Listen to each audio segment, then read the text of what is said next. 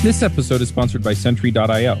Recently, I came across a great tool for tracking and monitoring problems in my apps. Then I asked them if they wanted to sponsor the show and allow me to share my experience with you. Sentry provides a terrific interface for keeping track of what's going on with my app. It also tracks releases so I can tell if what I deployed makes things better or worse. They give full stack traces and as much information as possible about the situation when the error occurred to help you track down the errors. Plus, one thing I love, you can customize the context provided by Sentry. So, if you're looking for specific information about the request, you can provide it. It automatically scrubs passwords and secure information, and you can customize the scrubbing as well. Finally, it has a user feedback system built in that you can use to get information from your users. Oh, and I also love that they support open source to the point where they actually open sourced Sentry if you want to self-host it. Use the code DevChat at Sentry.io to get 2 months free on Sentry's small plan. That's code DevChat at Sentry.io. Hey, everybody, and welcome to another episode of the Ruby Rogues podcast. This week on our panel, we have David Richards. Hello. Eric Berry. Hey. Dave Kimura. Hey, everyone. Catherine Meyers. Hello, hello. I'm Charles Max Wood from devchat.tv. And this week, we have a special guest, and that's Jared Norman. Hey. Now, Jared, first off, I have to thank you because I think you're the first guest in a while that we've had whose name I can pronounce without help. So I really appreciate that.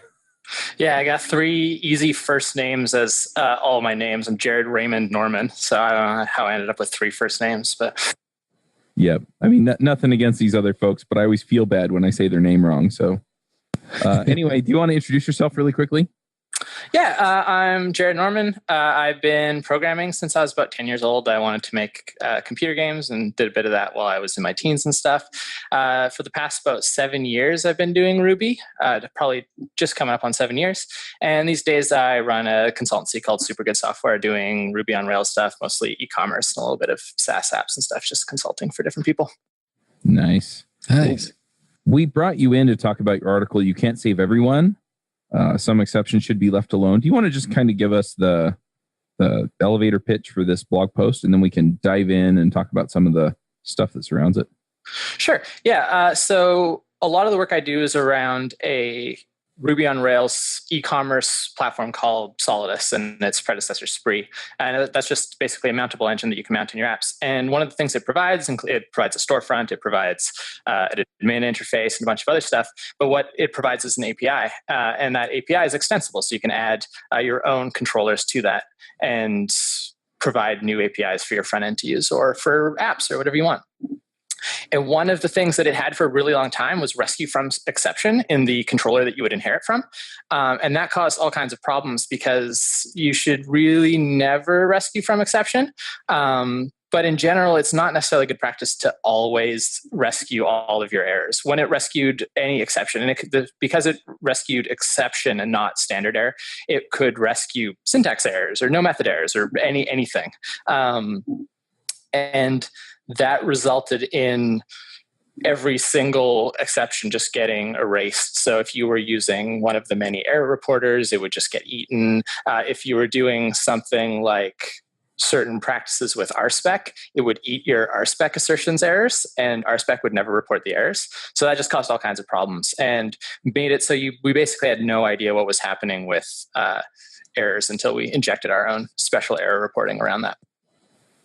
I love it when people rescue from exception. They just rescue everything. Yeah, you don't realize just how many things there's so many exceptions out there, and a lot of them you don't necessarily want to rescue. Yeah, it's just interesting. It's for me, it'll wind up almost every time I've done it. It'll wind up swallowing something that like is a syntax error or something like that I actually need to fix. And it hides it from me.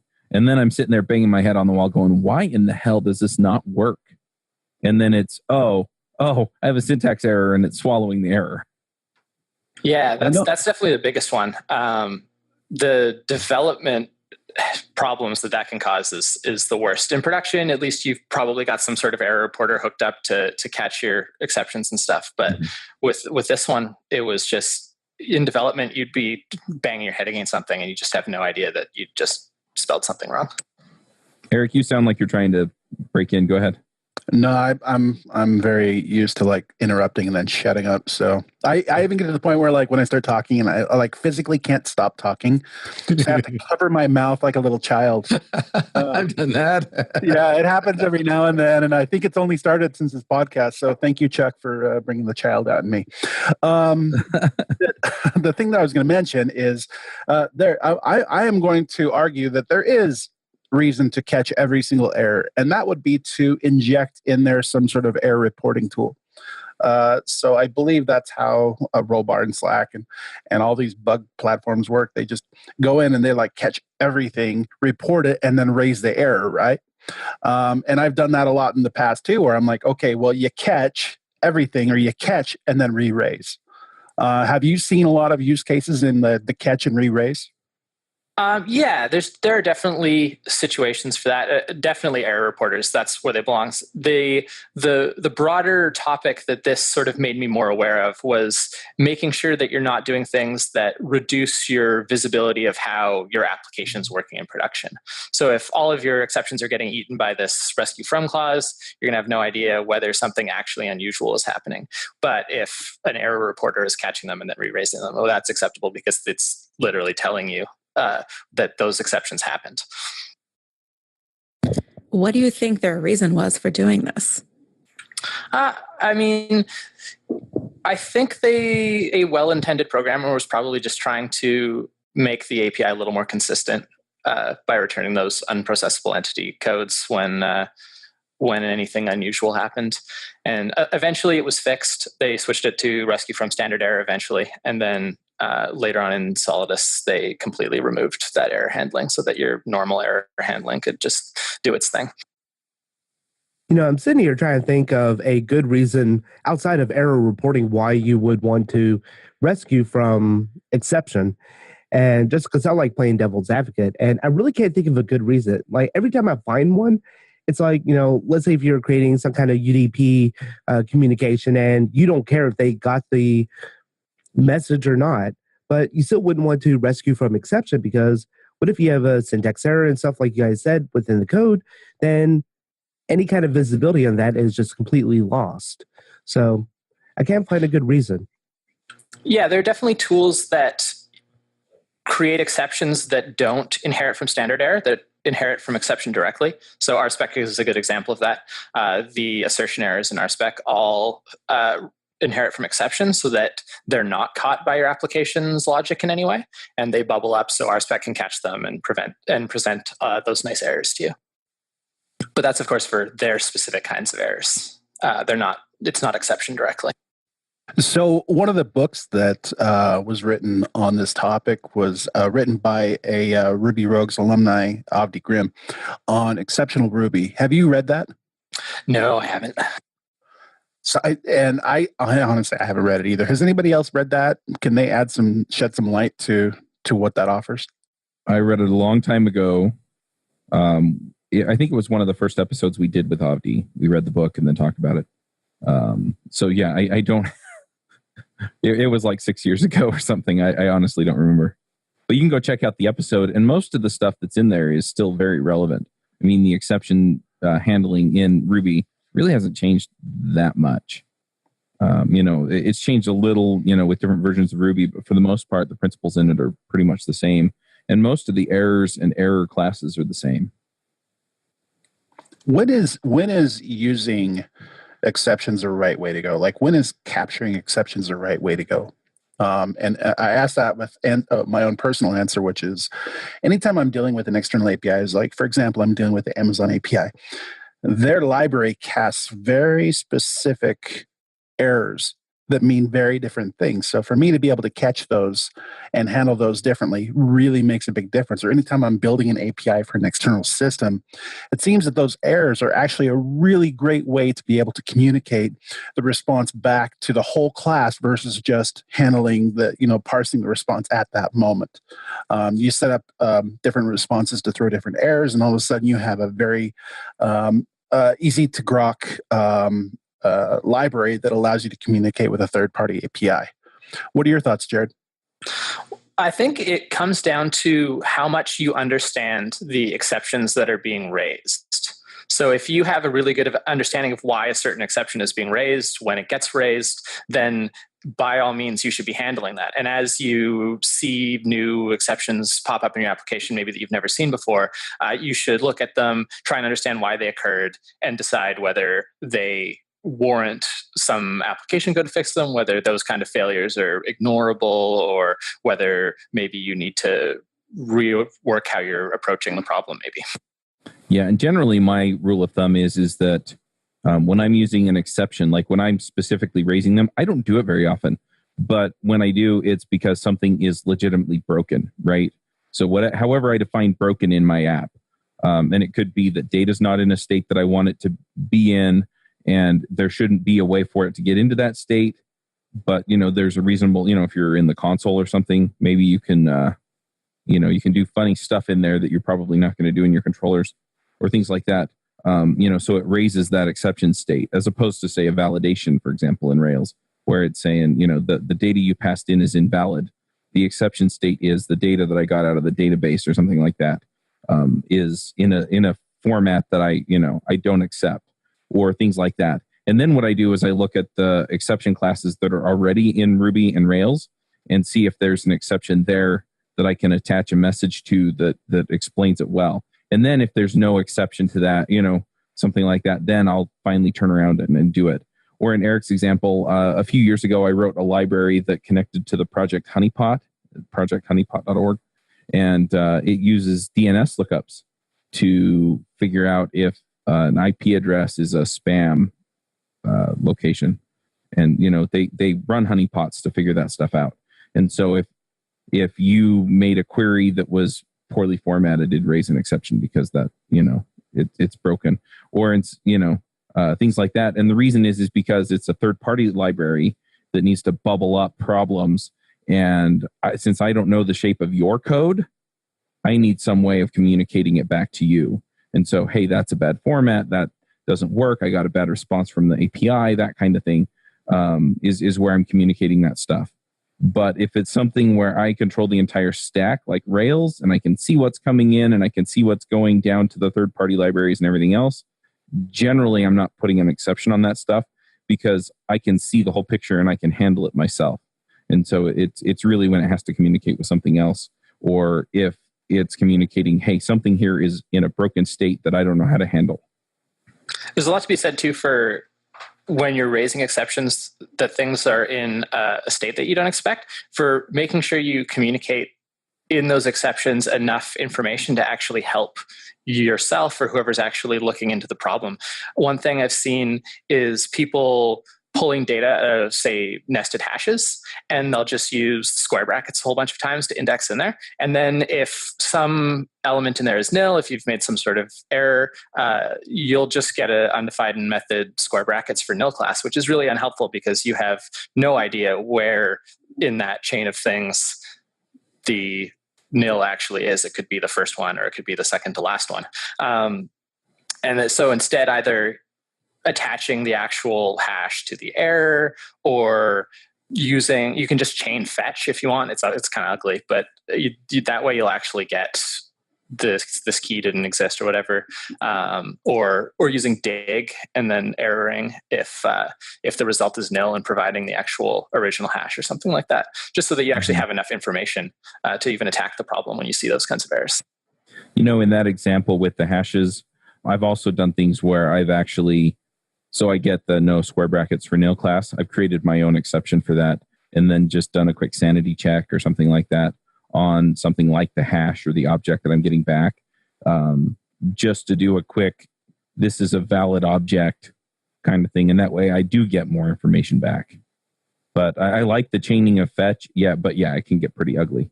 So, just depending on how you want to handle it and what makes your code approachable, I think is really the rule of thumb there. I like using the dig method for hashes, looking up stuff. I always found that to work really well. Similar. I can dig that. I wish other languages would pick up on that, and I think actually Ruby took a while to pull that from other languages. But boy, I've been working with Elixir, and the beauties of Ruby And the elegance of Ruby in making it so I don't have to work as hard is so wonderful, and I miss it. Yeah, I do wish other languages would pick up on that. I think that's an interesting point of developing your code for better exception handling in clearer ways. I don't know if I've ever thought about that. Do you feel like you think about that when you're writing your code first, or is it only when you run into all of those annoyingly vague exceptions that you go back and say, okay, how can I rewrite this to give me better exceptions? It's definitely something that's easy to forget about, and I definitely do all the time. But generally thinking about writing and building features so that both developers and whoever's going to be using the software have better visibility on how they work and what's happening is something that I've put a lot of effort into recently, especially working in e-commerce, because there's money changing hands. There's all kinds of different people. You have both customers as well as a whole organization, support teams, fulfillment, all these other people using these applications, and they're very complicated. So when things go wrong, they can go wrong at very many levels and affect very many different things. And a given problem might not be visible until an order gets to the warehouse or something like that. So trying to build everything so that if things go wrong, we can quickly figure out what goes wrong. And ideally, we can figure out what's going wrong before anything gets too bad is definitely something I've had to focus on a lot on more recently. So one thing I'm getting from the title of your blog post is that you can't save everything, right? You can't rescue everything. And we talked kind of about the general case where you rescue exception, but are there other areas, maybe more nuanced areas where you shouldn't be rescuing those particular types of errors or those particular types of exceptions? So I guess the idea is more along the lines of, it seems like somebody may listen to this and go, you know what? I'm going to run into this problem, so I'm going to create an exception for it. I'm going to run into this other problem, I'm going to create an exception for it. When is that the right tool, and when is that not the right tool? When do you want to just, put some conditional around it, or some kind of sanity check or a guard clause or something like that, as opposed to using an exception in the rescue? Yeah, I mean, that's really specific to where you're working, what kind of domain, but there's going to be a lot of situations where a given error might just probably mean something inconsequential. Something went wrong. You don't need to write special logic for it. You don't need to create a special exception class for it. You can just return nil or something. And that's often fine. I like to be safe, and in those situations, if I can imagine a universe where I am debugging a problem and I'm like, oh, I wish I knew whether that had happened, I'll at least log something so that I can go look at the logs and be like, okay, this other peripheral problem that I'm working on, I can see this other unusual thing is happening more often than it should happen. That's definitely a thing that comes up. Again, it sort of comes down to understanding your errors. And if you do understand them and they aren't important, then by all means, don't actually raise them. Just swallow those ones. Specific errors are always fine to swallow as long as you understand what's causing them. That sounds a lot like just good Ruby advice. I've been thinking about some of these people I've worked with that come out of heavily typed, strongly typed systems, and they love types. They love the pure definition of everything. And in Ruby, we use, like your advice, we're going to use a little bit of wisdom based on our domain, based on, look, we get it. We're not we're not Java. We're not a lot of things. And so we're gonna get the developer is expected to know a little bit about how is this going to be used, what's the effect. And then now we're the mature people in here doing something rather than just type all the things, strongly type all the things, or define all the things, or write. I've written code before that had, I'm not kidding, like 500 lines of error exception just to be precise, consistent, and complete. And I came back to that and said, yeah, there's no way I'm going to use that. And I stripped it out. And I don't know what I was thinking. I wasn't thinking. When Ruby, you really only have two types. It's either nil or it's not nil, right? Yeah. Everything else is an object. Kind of, huh? There you go. Go rescue basic object. Now, I've done that sometimes, maybe as an anti-pattern. I don't think I've ever been proud of that, but I've rescued basic object to do some funny logging and then re-raised it just because I was clueless what was going on.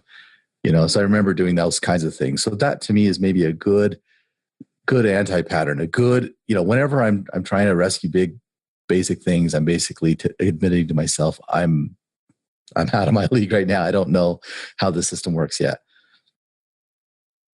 Yeah, it's one of the nice things that a lot of the error reporters that are available for Ruby support is just adding context to your errors. So for web applications, that's usually things like user IDs and information about the session. But for other, you can attach lots more if you have more information that's going to be helpful that you can pull out of the session or out of the rack request or whatever it is. And I like that too, from the idea that interfaces and layers, they contain the complexity in a beautiful way, and web apps tend to do that very well. Where you're not going to get into all the things that could go wrong. You're just going to receive a response. There are the separation of concerns makes this a lot easier. That probably at the interface level where I'm going to either internally or externally talk to another system, those exceptions need to be well understood. Internally, not so much, maybe. Yeah, and like the blanket rescuing also doesn't sort of communicate the nuances of what the exception was. So in this case, we were returning 422 unprocessable entity for all exceptions, which is not semantically correct. If the database blew up, that's not an unprocessable entity. That's a 500 server error. That's something else. And there's no way to know from even the response logs that that's what's happening. I've noticed once the systems are up, and all these corners we've cut to get things up, and then when I'm starting to really cull through the logs to figure out if we're as healthy as we think we are, and then I start finding things like this where we're not getting 500 errors, we're getting unprocessable, and just a lot of, that's where I notice is in the logs. Yeah, the system doesn't make sense yet, or I couldn't really tell you if the system's healthy if I just did an error, an error count from the logs. Yeah, it's worth building things like the dashboard or something like that. Can provide you some visibility and some more tools for reasoning about whether your system's healthy, whether things are working, whether something really bad is happening. I know I've built dashboards for applications to help organizations with some visibility on something, and that we've launched them in production and gone, oh no, those aren't good numbers. And if we'd had the dashboard in place from the beginning, we might have been able to deal with those a lot faster. It's definitely something to work with organizations when you're thinking about building a feature. Think about not just what the feature does for the end users, but how you can understand whether it's working. And for a lot of apps, that's going to be analytics or something is going to get you a lot of the way. But sometimes you need actual in-app tools to understand that and to build things so that you can go back and look at what's actually happening. I like how what we're talking about, whenever I do it well, it's got the feeling of done and done. It reduces my mental load and it allows me to focus and concentrate better. So there's some things I do because it's a feature or request or it's a bug that has to be handled. But when I document, when I handle errors better, when I teach somebody, when I automate some of the processes, when I get things better monitored, my stress levels go way down. I don't realize I've been carrying this tension because I've been remembering things that are broken or remembering things I wasn't sure about. And then as I handle some of these things and I see that it's handled, and then I realize, okay, yep, I can get out of the way. I could be hit by a bus and the team's going to be okay. Or they'll be more okay. They'll still have to live with my nonsense, but not as much of it. Mm-hmm. One thing that I'm curious about, do you test for when you expect to see an exception? So I think our spec has like a raises or something and test unit. Yeah. It has something, I can't remember, assert. Anyway. Yeah. So, not all exceptions are easy to reproduce in tests. So some of them, but those are often ones that I'm happy to see fail. So say an external service fails, I'm probably hitting that external service in some kind of delayed job or sidekick or something like that. And I'm happy to see it retry. If I'm not, I will sometimes stub out calls to raise errors that I can make sure that the right thing happens, which is feels a little hacky, but it is what it is. If I want to make certain that a certain feature is going to work in a certain way, given, say, network failures or something like that, that's sort of the only way to go. The only reasonable way to go, anyway. Deploy more, pay less with DigitalOcean, the simplest all-in-one cloud computing platform for developers. Scale and run cloud applications faster and more efficiently with effortless administration tools to robust compute, flexible configurations, networking services, real-time alerts, and rapid provisioning, while enjoying industry-leading price to performance with a flat pricing structure across all global data center regions at any usage volume. Spend more time building better web apps and less time worrying about managing infrastructure with DigitalOcean. Build your next app on DigitalOcean. Get started with a free $100 credit at do.co/RubyRogues. Do you ever feel like there's a lot of pressure when you wake up in the morning thinking, I better put out some super good software today? I do. Yeah, but your company's not named Super Good Software. Yeah, it's I mean, not like seriously, Aaron like- Patterson it's not like Tenderlove with his adequate systems or whatever he calls it. Right. So I just think to myself, I'm like, that's ambitious, because I mean, most of the days you might put out super good software, but man, you're putting the guarantee right on the box. I'd never looked at it as like pressure. I'd always looked at it as like, that's the goal. And, we can miss sometimes, but as long as that's what we're striving for. That's awesome. I work with a company. One of our clients is Best Company. Man, that doesn't give me any room to make any mistakes. I've got to be the best. And maybe they could do it every day. That's a lot of pressure. I think somebody should start a company called Aggressively Mediocre. I like it. Well, Mike Moore's his company's called Humane Code, something like that, and I love that. Yeah. It's about being humane. I can handle humane easier than I can handle best. I think there's a QA company out there that's called Test Company Do Not Use. Wow. Nice. So does all of this banter about company names mean that we're ready for picks, or do we have more to talk about here? Do you have any stories? Does anyone have any stories about exceptions that have caused them particular headaches or have saved their bacon one way or the other? I have one recently that it's quite the opposite. So I had we use a certain error tracking system for CodeFund, and we had this error, and we have an allocation of 100,000 reported errors per month in our account. And for some reason, like this one zapped through all 100,000 within like 12 hours before we could even respond to it. We're like, all right, wow, that sucks. Yeah. Yeah, I had a similar experience a few weeks ago with a client that was on one of the cheaper tiers of one of the error reporting services, and I got the message that we were at quota for error reporting. I was like, "What? How could that possibly be? Like, I don't even think that many people are using this service that there could be that many errors." And sure enough, a bunch of bots had decided to like aggressively scan us for vulnerabilities that it's like PHP vulnerabilities, and it's a Rails site, and it had just been erroring thousands and thousands of times per minute for the entire night because somebody did that. Well, for errors and stuff, I'm a huge fan of Sentry for error reporting. They offer self-hosted versions, so you don't have to, if you do have a couple of servers or one that's hosted in the cloud, you're able to do that, and you're not restricted by the number of free limits or reports that a hosted solution would have. And for me, what I noticed on a earlier project that was rushed through the development cycle and needed to get out the door, there was inherently a lot of bugs because there wasn't time to write tests. They were like, oh, don't worry about tests. Just get the code done. We need to sell this. So I'm like, okay, all right, well, here comes Sentry. And as errors started happening before the customer could even report it, we were able to see those errors and get a hotfix or something out there right away.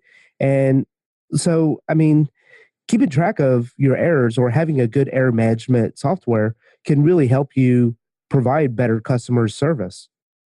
Yeah, disclaimer, Sentry, they haven't come out. I haven't published any episodes where they're the sponsors yet, but they will probably be a sponsor of this particular episode when it goes live. Nice. So I've only had experience with Sentry, but I know there's a lot of other ones out there, Rollbar and stuff. Does anyone have experience with the other ones? And what should someone pick? So I'm picking Sentry. Of it, but the self-hosted thing on Sentry is really nice. I've used a bunch of Rollbar. I've used a bunch of Honey Badger. I've used a bunch of one of the other ones that I can't remember the name of right now. Bugsnag. I actually wrote the Elixir integration for Bugsnag as well. They're all pretty good. That self-hosted thing might push me towards the Sentry though. I'm going to refrain from commenting just because we've had several of them sponsor the shows. I really like most of the solutions out there. I will say that.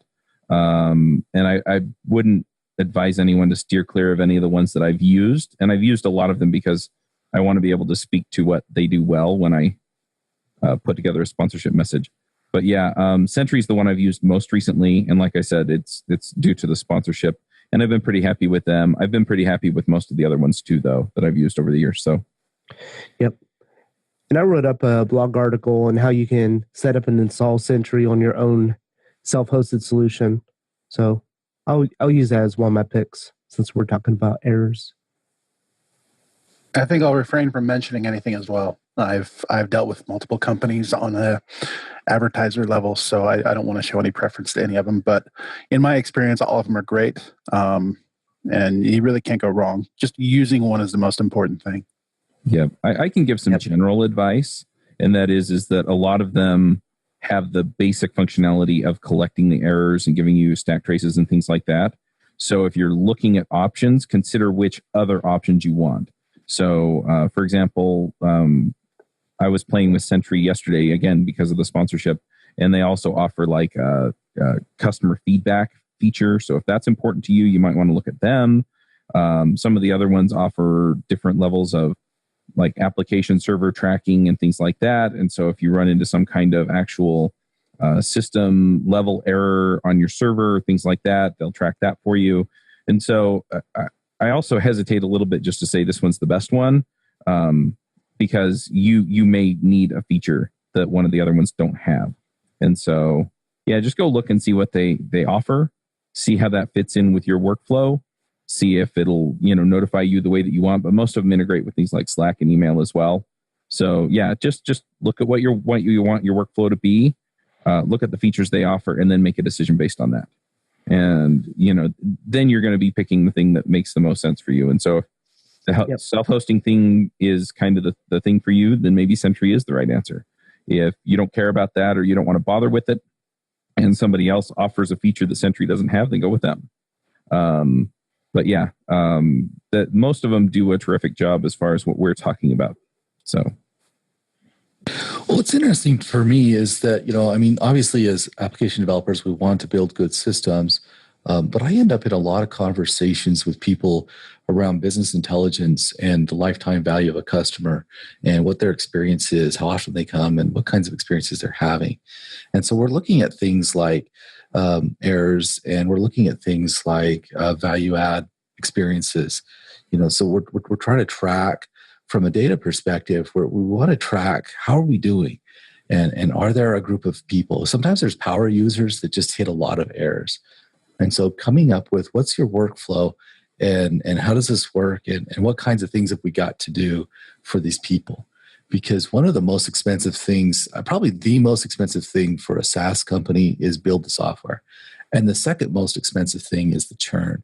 When people when retention is low, it's very expensive to bring somebody in And you just can't maintain that as a business. And so having something like this in place, having these kinds of conversations around how we're handling errors, ultimately it really does boil down to what's that customer experience going to be like, and what can we do about it to treat people the way we want to treat them.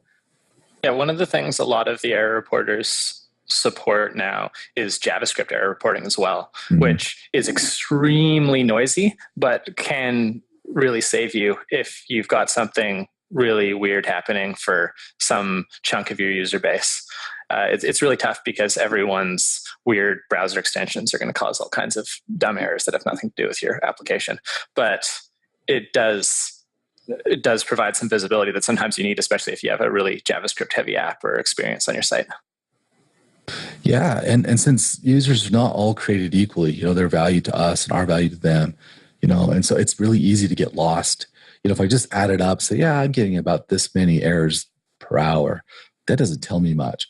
But the power users, the profitable users that are in the weird corners of our app all the time, or they're in the JavaScript, or they're in the weird browsers. So being able to figure out, because now I can go to work on something like, hey, you know what, I really want to keep our big, our big wells, our big spenders or something. And I can find them easier if I have these kinds of tools. Yeah, so we're attaching that kind of context to the errors that most or all of the reporter support is a big deal. You can say this error happened to this user and they're on this plan, or they have a LTV of this, or whatever it is. And that can help you decide which errors you need to fix immediately and which you can hold off on. Yeah. And to be fair, a lot of this is a pipe dream for a lot of the products I've worked around. This is an ambition to get there. But people have been, I don't know, sometimes I'm short-sighted and we say, all right, so we're going to build these 10 features and we want to build these 100 more. And so that's what we focus on. But in the priority list is got to be these errors and these user experiences that usually will come up higher than some of the features we would have built. So it takes sometimes a lot of effort to do the kinds of things we're talking about today, and it takes a mature team to be able to say, yeah, and we're going to prioritize it because our gut reaction actually would have taken us the other way. So I got to say, I wore my Canada hat specifically for you, Jared. Oh, thank you. Beautiful. Yep. I wore my Zion National Park hat specifically for myself. I guess I thought it was that way. That's awesome. I'm in the corner of Canada where the weather's always nice. So I did not think that existed. Yeah, Victoria, BC. We're easily the most temperate part of Canada. We get snow some years and rarely gets over 30 degrees Celsius here. So it's just very comfortable. Nice. My wife is renewing our... Pardon? Which corner is that? That's the West Coast. We're we're actually below the 49th. We're just a short ferry ride from Seattle, but we get less than half as much rain as they do. My wife is literally this week up renewing our passport so we can go back to Victoria. Love that corner of the world. Yeah, it's a beautiful place to be. Yep.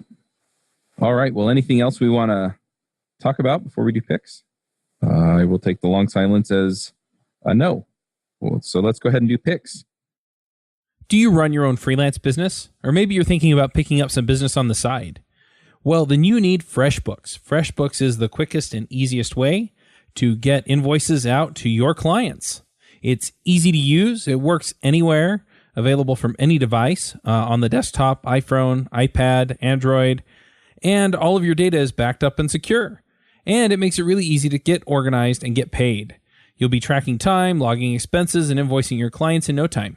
You can also save time billing, freeing up several days per month to focus on the work that you love, and you get paid faster. FreshBooks customers are paid on average 5 days faster because there's a link on the invoice that says pay me now. And it's a great way to grow your business. Plus, FreshBooks is offering a 30-day trial. That's right, 30-day trial if you try them out.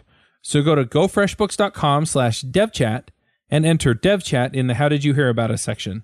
Once again, for a 30-day trial, go to gofreshbooks.com/devchat and enter devchat in the How Did You Hear About Us section. David, do you want to start us off with picks? Sure. So last time I talked about getting outside, and I was reading a book called Atlas of a Lost World, and I finished that book. Wonderful book. And so I took my own advice and I got outside, and I'm just on this geology kick and this having a great time with it. So I drove up to Fossil Butte National Monument. Beautiful place. The rangers there are amazing. They'll talk for hours if you want about everything. And anyway, so I found up there a book. My pick today is a book. There's 3 books from John McPhee. He's one of my favorite authors. This guy, he knows how to put a sentence together. 2 a.m, I'm reading Basin and Range by John McPhee, and I'm just reading it out loud. It's just it's like poetry. It's so beautiful. And it creates a legacy of place and a sense of what's going on, and just an intelligent view of rocks that maybe we're driving over. And so he has one 4-page paragraph that takes us from the East Coast to the West Coast that I just had to wake my wife up in the middle of the night to read it to her. It was so well done. So my pick today is John McPhee's Basin and Range, and it's part of it. So it's 1 book in 3 in his geology stuff. It's really, really fun. Awesome. Eric, what are your picks? I just have 1 pick, and I would like to, it's a PSA telling people that you're not alone. I suffer from this, and many of you might suffer from this. They call it resting bitch face. What it means is that when you're sitting there, your face looks like you're just pissed off. And it's not your fault. And I want to let you know it's not your fault. What happens is that when we start getting older, our skin starts loosening, gravity takes over. We seem to not look engaged. We seem to look frowny faced because the gravity's pulling the sides of our face down. So just understand. RBF is real. In fact, it's real, say scientists, which I am linking in the notes. It is real. So if you suffer like me, you're not alone. Thank you.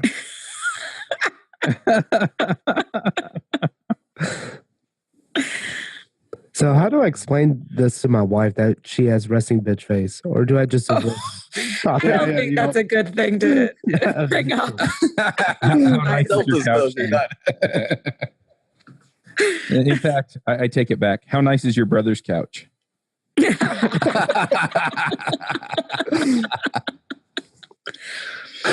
All righty. Dave, what are your picks?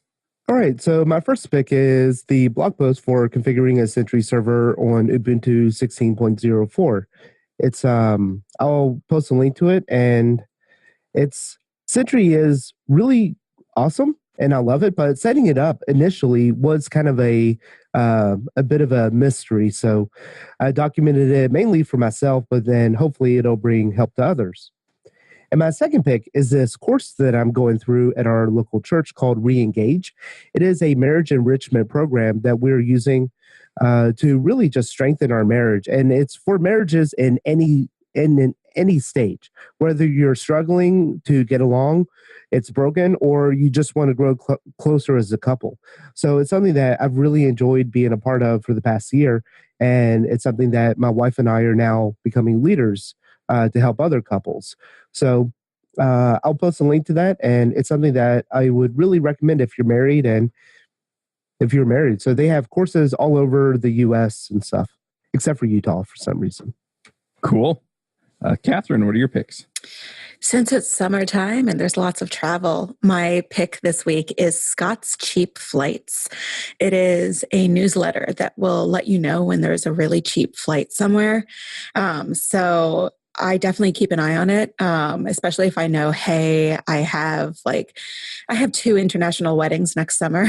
So I'm going to definitely keep an eye on that. They let you know, especially if there's mistake fares. Those are pretty incredible. You can find like a flight to Bali for $350 round trip.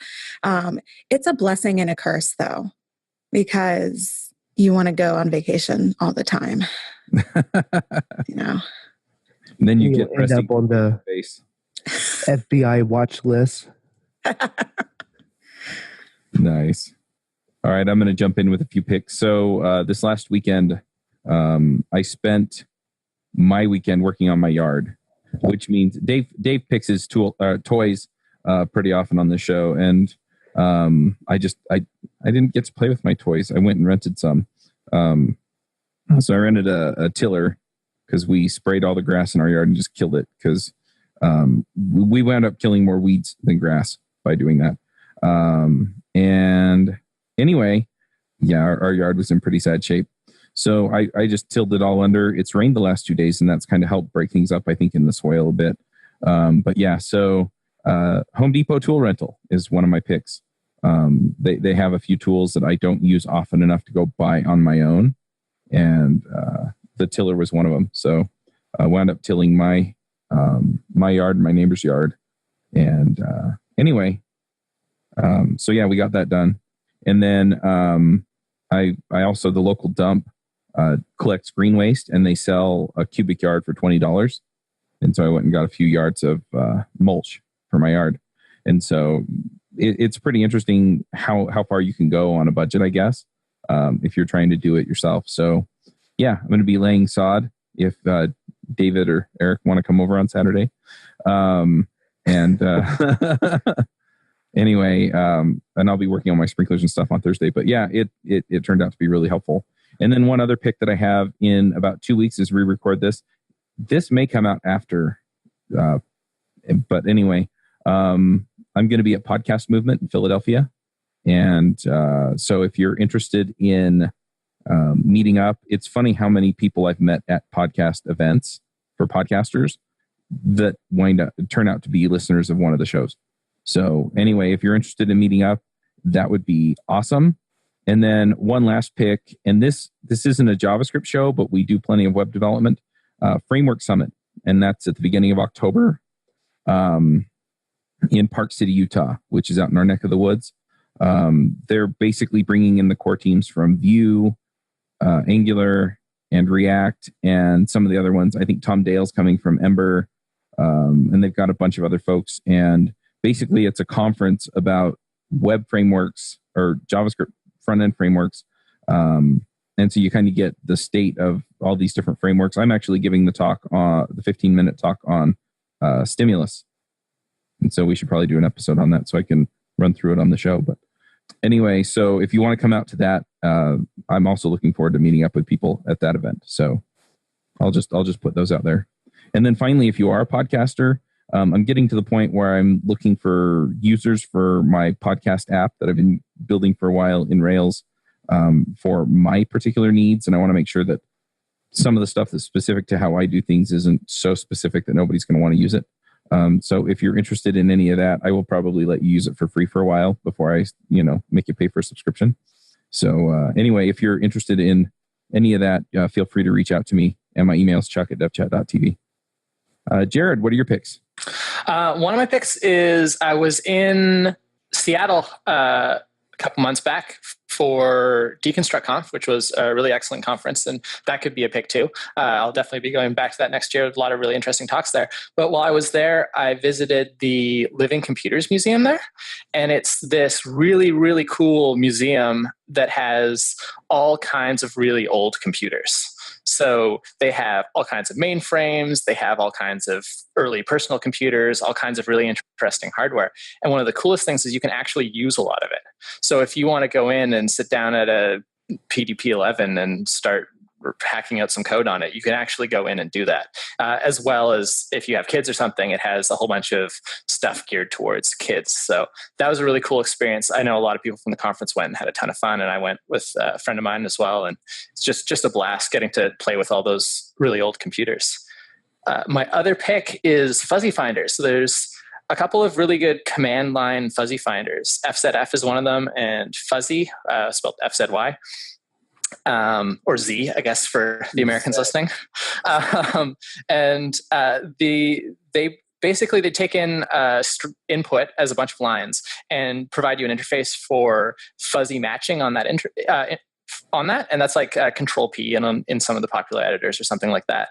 That gives you fuzzy matching for files, but you can wire it up to anything you want. So I've wired it up for things like if I want to search for gems and open a terminal in a gem that's in the current project, I can get a list of the gems, fuzzy match, and just automatically open a terminal from there. Or from my editor, I've set it up so that I can fuzzy match on gems in the project and then fuzzy match on files in those gems, which makes it really quick jumping around and finding code in the dependencies that I'm working with. So that makes my life a lot easier, especially when dealing with bigger frameworks with lots of code that I'm integrating with. So yeah, those are my picks. Awesome. And I think you also said that Super Good Software is your consultancy. So yeah. Assuming that you have time that you're trying to sell, if people need your particular brand of help, where do they go? So you can find Super Good Software at supergood.software. On the web, or SuperGoodSoft on Twitter. And you can find me on Twitter at SuperGoodJared. All right. Well, thanks everyone for coming and talking. And we'll also, link to your blog post, and hopefully people get good information from there, and look around, see if there's anything else that Jared's written that you find useful. We'll go ahead and wrap this one up, and we will catch everybody next week. Bye. Bye. See ya. See ya. Bandwidth for this segment is provided by CacheFly, the world's fastest CDN. Deliver your content fast with CacheFly. Visit CACHEFLY.com to learn more.